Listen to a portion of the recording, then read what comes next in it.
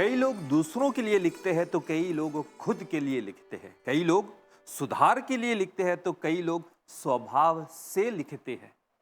जो दूसरों के हित के लिए लिखते हैं उनको हम साहित्य कहते हैं। मॉरिशसीय हिंदी साहित्य नामक कार्यक्रम में दर्शकगण आप सभी का हम स्वागत करते हैं। आज हम बात करने वाले हैं एक ऐसे साहित्यकार के बारे में जिन्होंने अपना पूरा जीवन हिंदी साहित्य, हिंदी भाषा और आर्य समाज के लिए दिया है। आप है डॉक्टर उदय नारायण गंगू जी।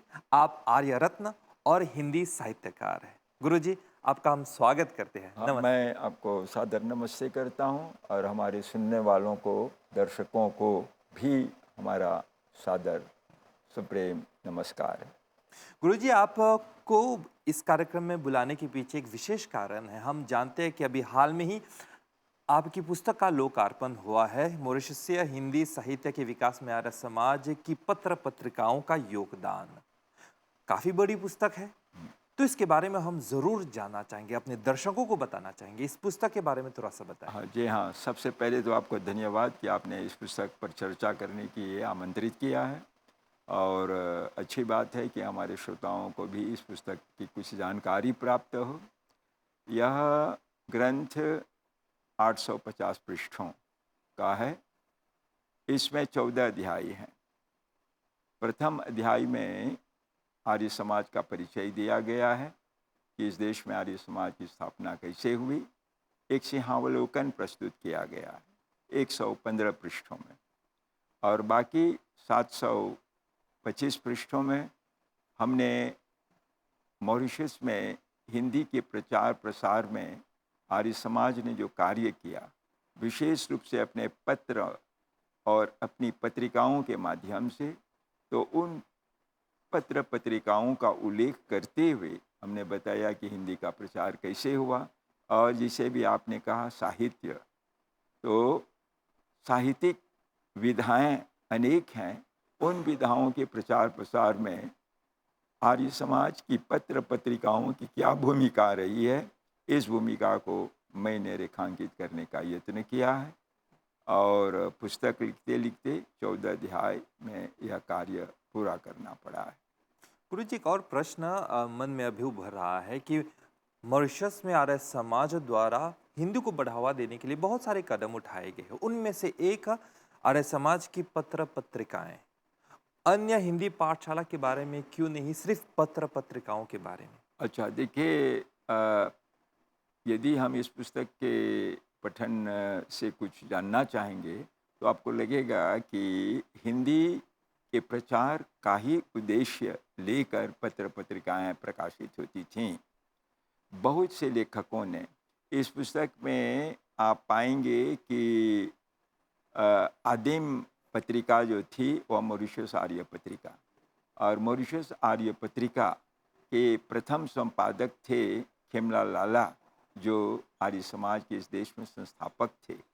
और यह पत्रिका हिंदुस्तानी पत्र के बंद हो जाने के पश्चात 1911 में प्रकाशित हुई थी। मॉरिशस आर्य पत्रिका संपादक उस समय थे खेमलाल लाला जी। फिर भारत से एक सन्यासी आए, स्वामी स्वतंत्रानंद जी, उन्होंने इसका संपादन किया। अंततः मॉरिशस आर्य पत्रिका का संपादन स्वामी स्वतंत्रानंद जी जब मॉरिशस से चले गए तो बाबू मुंशा सिंह जी ने किया। और बाबू मुंशा सिंह ने दो भूमिकाएं निभाई। पहले तो वो इस पत्रिका के मालिक भी थे और दूसरे संपादक भी थे। और आपको जानकर खुशी होगी कि उस समय जब वो पत्रिका का प्रकाशन कर रहे थे, यह पत्रिका 2 बार प्रकाशित हुई है, मॉरिशस आर्य पत्रिका। पहले तो 1911 में, परंतु फिर कुछ सालों के पश्चात पत्रिका का प्रकाशन बंद हुआ। 1924 से पुनः इसका प्रकाशन शुरू हुआ और मुंशा सिंह जी ने 1926 में इसका संपादन किया।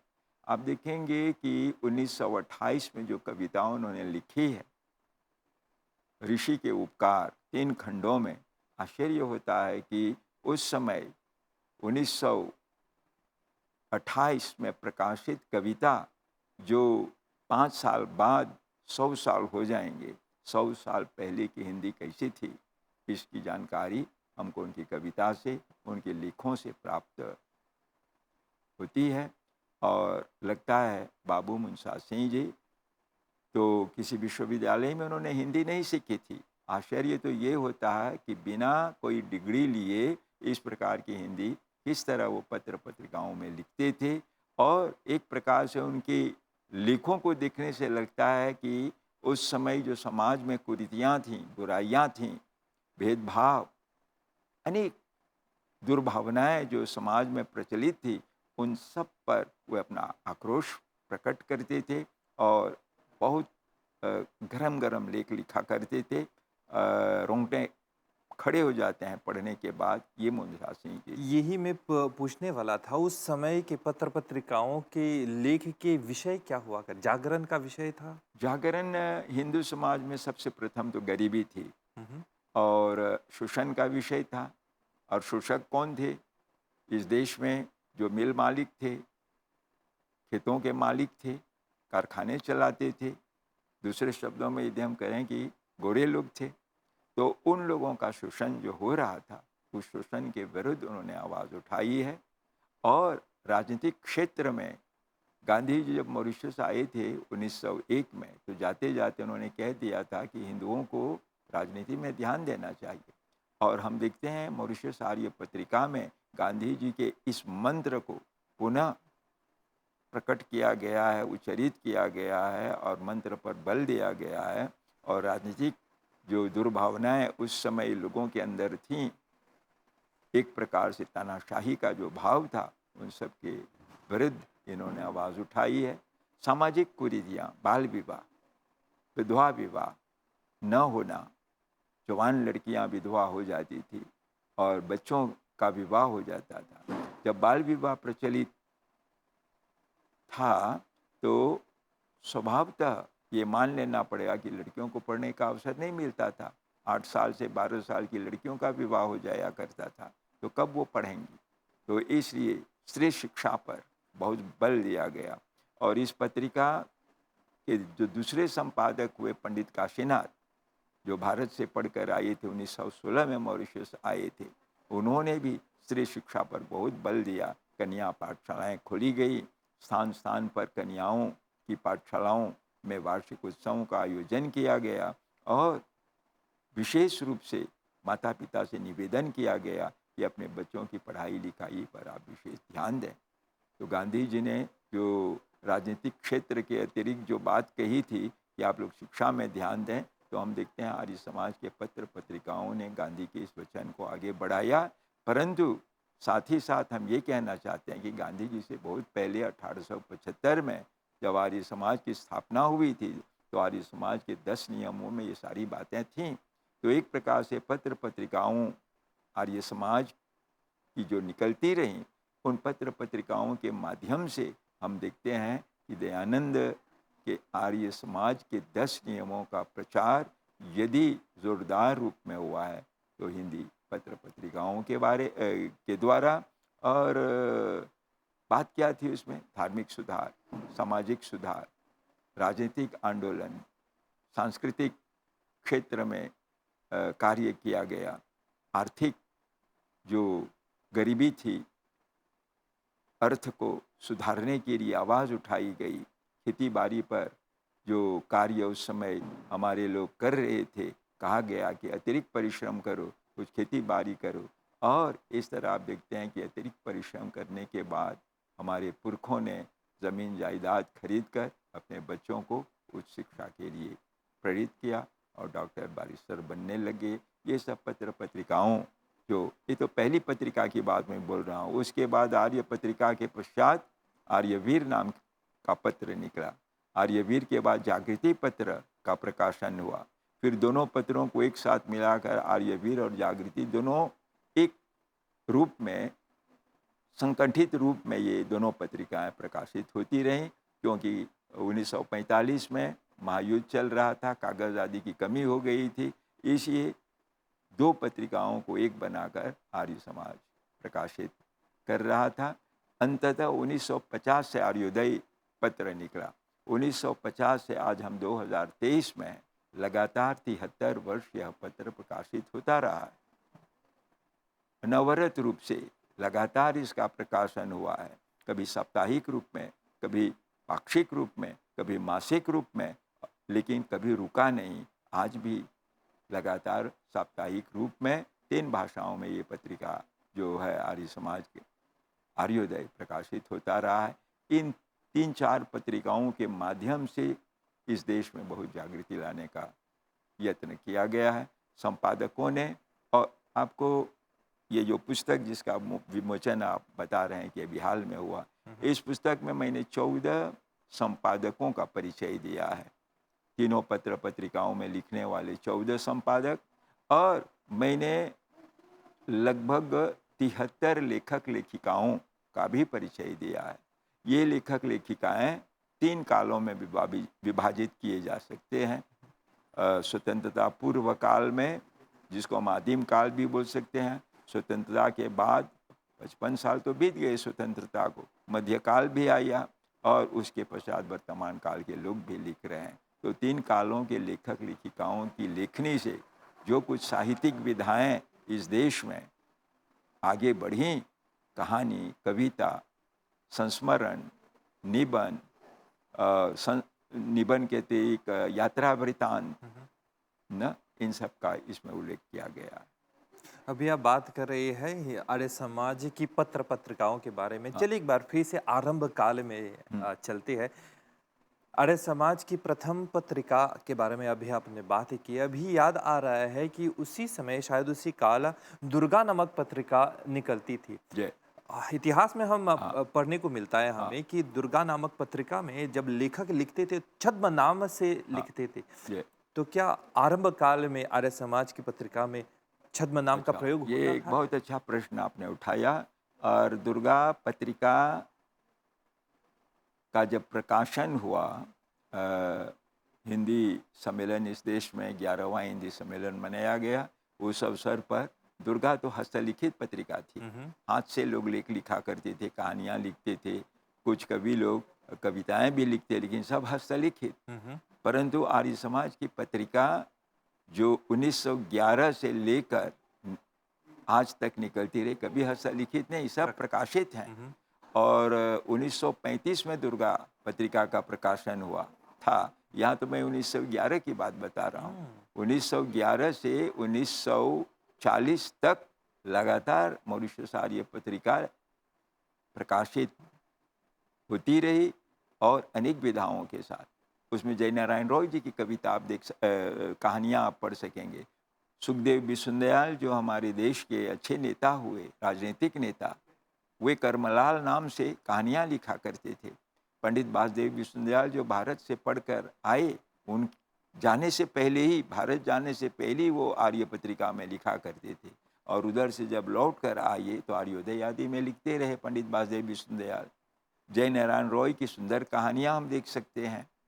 और तो और जिस व्यक्ति को हम इस देश में राष्ट्र कवि मानते हैं, मधुकर भगत जी, 1950 में उनकी एक बहुत सुंदर कविता प्रकाशित है आर्योदय में। 1950 की बात बोल रहा हूँ।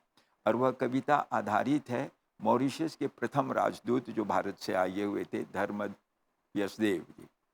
धर्म यशदेव जब भारत लौट रहे थे तो इन्होंने एक कविता लिखी उन पर, और आंसू बहाते हुए कहा कि जा रहे हो जाओ, परंतु तुम कभी भूले नहीं जाओगे, क्योंकि तुमने इस देश में बिना भेदभाव के भारतीयों की रक्षा की, भारतीय मूल के लोगों की रक्षा की।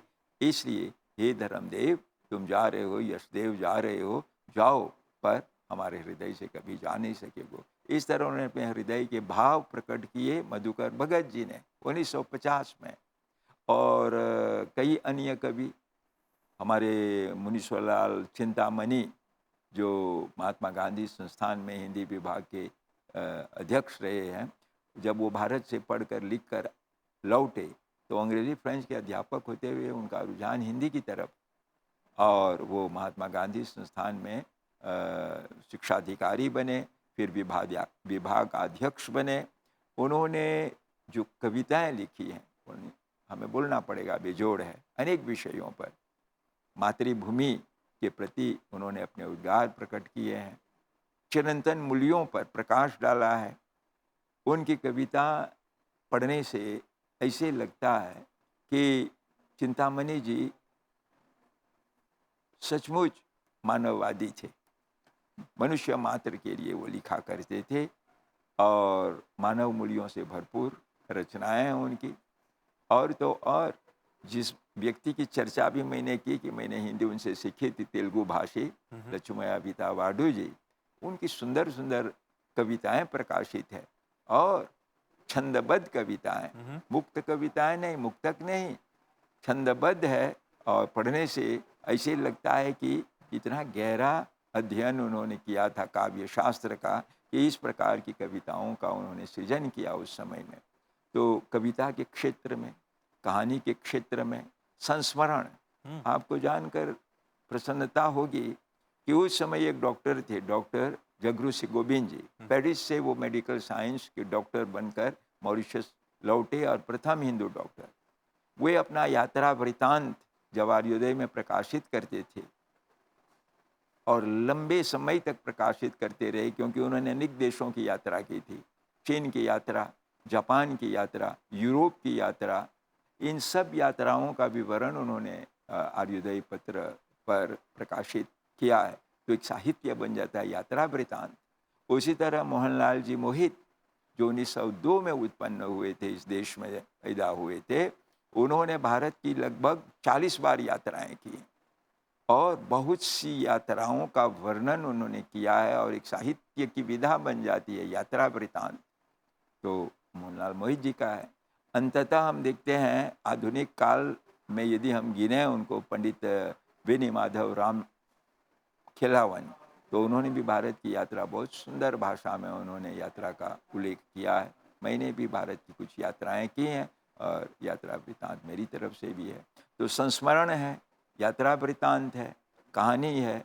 इधर एक चीज़ हमारे पत्र पत्रिकाओं में प्रकाशित एक विधा नहीं हुई और वो है उपन्यास। आर्य समाज की पत्र पत्रिकाओं में किसी भी, हाँ, उपन्यास जो श्री राम खिलावन वेनी माधव जी ने एक उपन्यास की रचना की, उसकी समीक्षा ज़रूर हुई है, परंतु उपन्यास ही नहीं, क्योंकि उपन्यास एक ऐसी विधा है जो पत्र पत्रिकाओं पर प्रकाशित करना कठिन होता है, क्योंकि उसमें लंबी कहानी चलती है।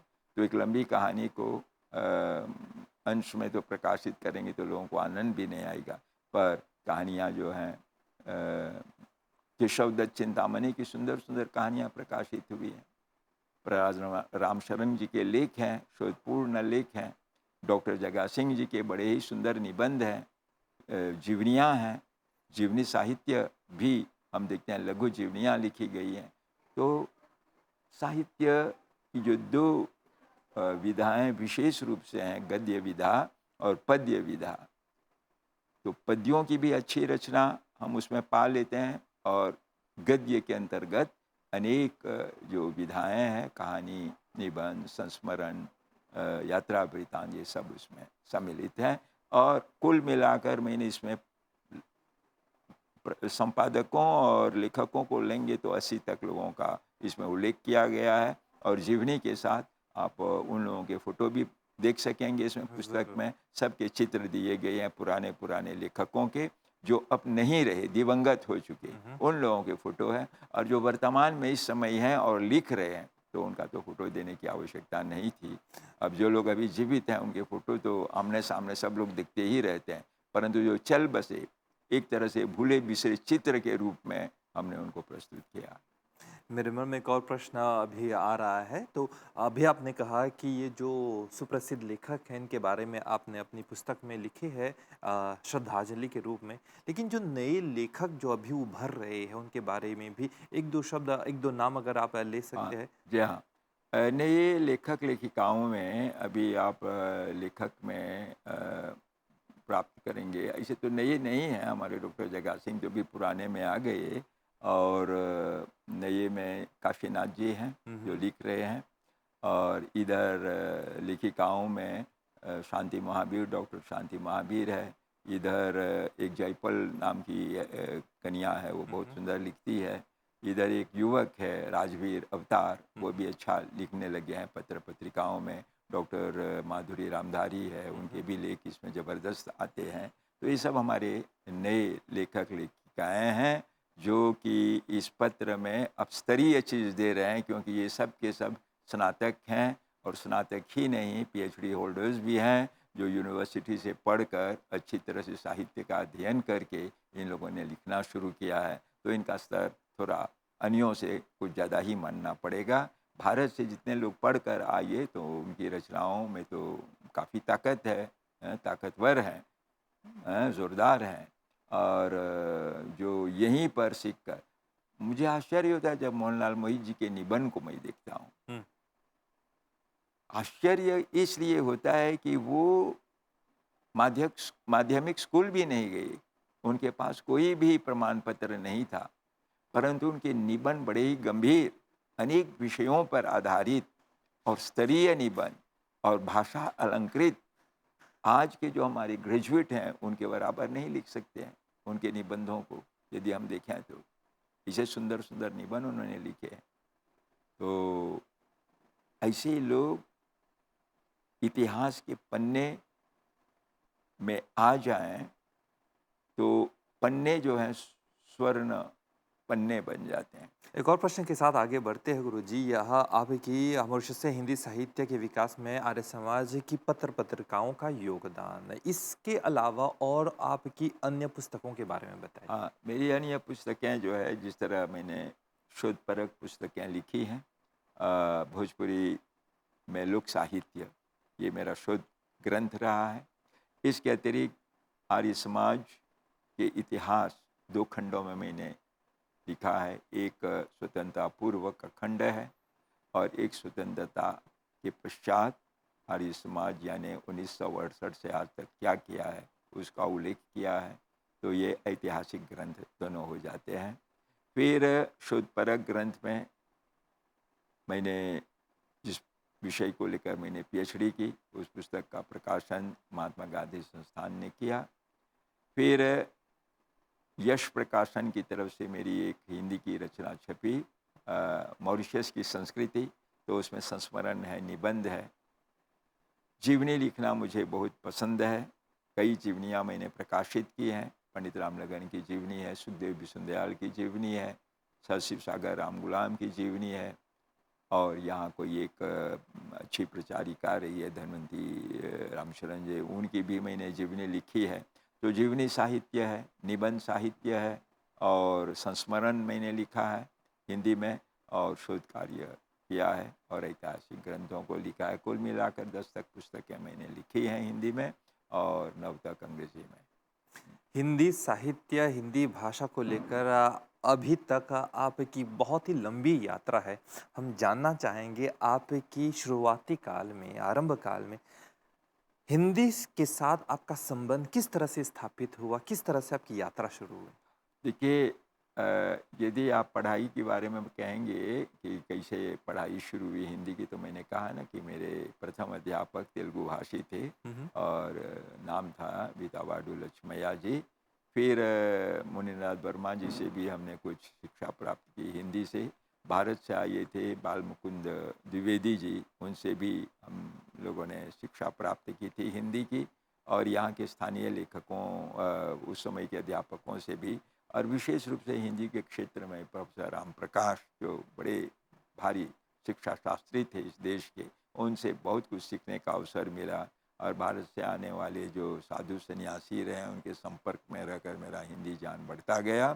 और लेखन कार्य की प्रेरणा यदि आप कहेंगे किससे मुझे प्राप्त हुई है, तो भारत से जितने विद्वान लोग आते थे तो वो लोग लिखा करते थे मॉरिशस के आर्य समाज के पत्र पत्रिकाओं में, तो मैंने भी शुरू किया। फिर यहाँ पर सोमदत्त बखोरी जी ने हिंदी परिषद की स्थापना की थी, और साहित्य को बढ़ावा दे रहे थे कि साहित्यिक रचनाएं हों, उसमें भी मैंने कहानी आदि लिखना शुरू किया था। तो पंकज पत्र तो विशेषकर साहित्य ही है, उसमें लघु कहानी आदि कुछ इस तरह से। तो हमारी यात्रा 1963 से हिंदी लेखन की यात्रा शुरू हुई है। और बिना अपनी पीठ ठोंकते हुए मैं आपको बता दूं कि 1963 में मुझे निबंध प्रतियोगिता में स्वर्ण पदक प्राप्त हुआ है। मॉरिशस में प्रथम आया था और विषय रखा गया था लेखक संघ की तरफ से मॉरिशस में हिंदी। तो मॉरिशस में हिंदी 1963 की प्रतियोगिता में मैं प्रथम आया और मुझे स्वर्ण पदक दिया गया। और यह स्वर्ण पदक प्रदान करने वाले थे professor Ram Prakash ji, Hindi speaking union की तरफ, हिंदी लेखक संघ की तरफ से। तो 63 से लगातार अब तक मैं लिखता रहा हूँ। तो आप गिन सकते हैं, उधर 67 वर्ष और इधर 23 वर्ष, तो 50 साल से ज़्यादा हो रहे हैं जब से मैं लिख। काफ़ी लंबी यात्रा है आपकी। जी। और हम जानते हैं कि इस उम्र में अभी भी आप सक्रिय है। तो लगे हाथ ये भी पूछते हैं, अभी कार्यक्रम के अंत तक आ गए हैं, आपकी कोई और पुस्तक आने वाली है जो हमको हाँ जी, पढ़ने हाँ। को मौका मिले? मेरी एक और निबंध की पुस्तक आने वाली है। इस समय मैं यत्न कर रहा हूँ कि कुछ वैदिक मूल्यों पर कुछ निबंध लिखे जाएं, जैसे शांति की आवश्यकता क्या है हमारे देश में। तो शांति पर एक निबंध, हम शांति पाठ करते हैं परंतु लोग समझते नहीं, तो मैं इसको एक निबंध का रूप देना है। इसी प्रकार मितव्ययिता, बहुत से लोगों ने निबंध इस पर लिखे हैं पूर्व में, परंतु आज का समाज जब हम देखते हैं, साहित्य क्या होता है, समाज की का ही तो उल्लेख होता है उसमें।